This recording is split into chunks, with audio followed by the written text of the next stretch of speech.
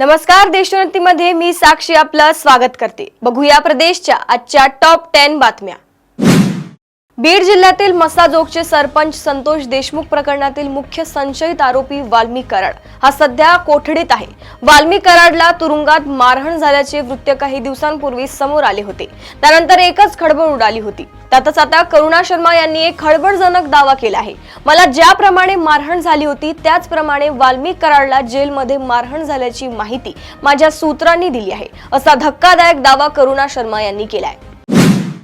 जम्मू काश्मीरच्या पहलगाममध्ये मंगळवारी दहशतवाद्यांनी पर्यटकांवर हल्ला केला। या हल्ल्यात एकूण 26 पर्यटकांचा मृत्यू झालाय, तसेच एका लहान मुलासह 20 जण जखमी झाले आहेत। मृतांमध्ये महाराष्ट्रातील 6 जणांचा समावेश असून यात डोंबिवलीतील 3, पुण्यातील 2 व पनवेलमधील एका रहिवाशाचा समावेश आहे।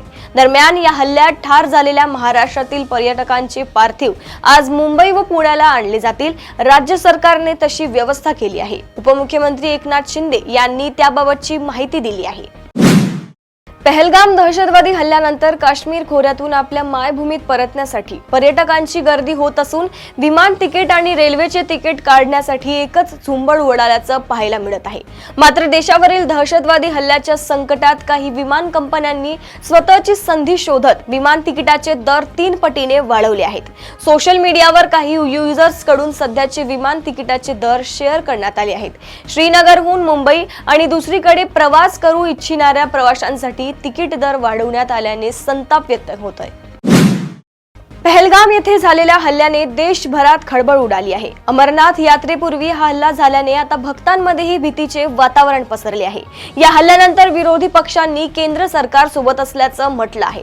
या हल्ल्याचा बदला घ्या अशी मागणीही केली जाते। मात्र अशातच ठाकरे गटाच्या नेत्या सुषमा अंधारे यांनी पंतप्रधान नरेंद्र मोदी परदेश दौऱ्यावर असताना असा हल्ला काय होतो असा सवाल केलाय। पहलगाम येथे झालेल्या दहशतवादी हल्ल्याच्या पार्श्वभूमीवर जम्मू आणि काश्मीर येथील श्रीनगरमध्ये राष्ट्रवादीच्या नेत्या रुपाली ठोंबरे पाटीलही श्रीनगर येथे अडकले आहेत। अडकलेल्या पर्यटकांना राष्ट्रवादी काँग्रेसचे नेते आणि उपमुख्यमंत्री अजित पवार यांनी फोन करून धीर दिला। मुख्यमंत्री ओमर अब्दुल्ला आणि नागरी उड्डाण राज्यमंत्री मुरलीधर मोहोळ यांच्याशी माझं बोलणं झालं आहे। मी सगळी व्यवस्था करतो, तुम्ही घाबरू नका, अशा शब्दात अजितदादांनी पर्यटकांना धीर दिलाय। वाचन संस्कृती समृद्ध करण्यासाठी राज्य शासनाने महाबळेश्वर तालुक्यातील भिलार या गावात पुस्तकांचं गाव ही अभिनव संकल्पना राबविली। असाच प्रयोग राज्यातील 36 जिल्ह्यांमध्ये राबविण्याचा निर्णय शासनाने घेतला असून या माध्यमातून वाचन प्रेमींनी साहित्य कलाकृतींचा आनंद एकाच ठिकाणी घेता येणार आहे। 2 वर्षापूर्वी शहरात मोठ्या थाटामाटात सुरू झालेली नीरज मल्टीपर्पज बँकेचे व्यवहार अडचणीत आले असून ग्राहकांच्या लाखोच्या ठेवी परत देण्यास बँक संचालक टाळाटाळ करीत असल्याची तक्रार खुद बँक शाखा व्यवस्थापकांनीच चांदूर रेल्वे पोलिसात केली आहे। यामुळे बँकेचे ग्राहकांमध्ये धास्तीचे वातावरण निर्माण झाले आहे। राज्य शासनाने वाळू धोरण जाहीर केले आहे, त्यामुळे योग्य दरात वाळू उपलब्ध होईल अशी अपेक्षा नागरिकांत व्यक्त केली जात आहे। मात्र प्रत्यक्षात वाळू उपलब्ध झाल्यानंतर वाळू स्वस्तात मिळणार की महागडी ही बाब स्पष्ट होणार आहे। तरीही तालुका निहाय दरपत्रकात कुठे कुठे नागरिकांसाठी वाळू परवडणारी नाही आहे।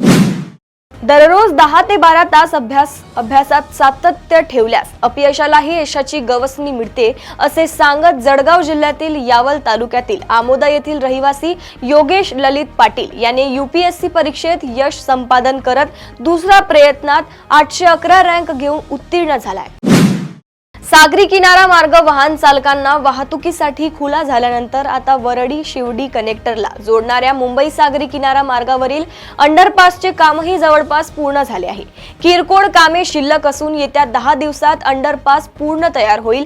तूर्त वरळी शिवडी कनेक्टरचे काम सुरू असून तो 2 वर्षात पूर्ण होणे अपेक्षित आहे। या कनेक्टर आणि अंडरपासमुळे मुंबईकरांचा प्रवास अधिक झटपट होणार आहे।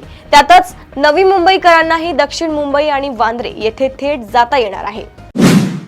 प्रदेशातील अशाच टॉप 10 बातम्या जाणून घेण्यासाठी बघत रहा देशोन्नती। नमस्कार। ठळक घडामोडींसाठी देशोन्नती न्यूज चॅनलला सबस्क्राइब करा आणि बेल आयकॉन प्रेस करा।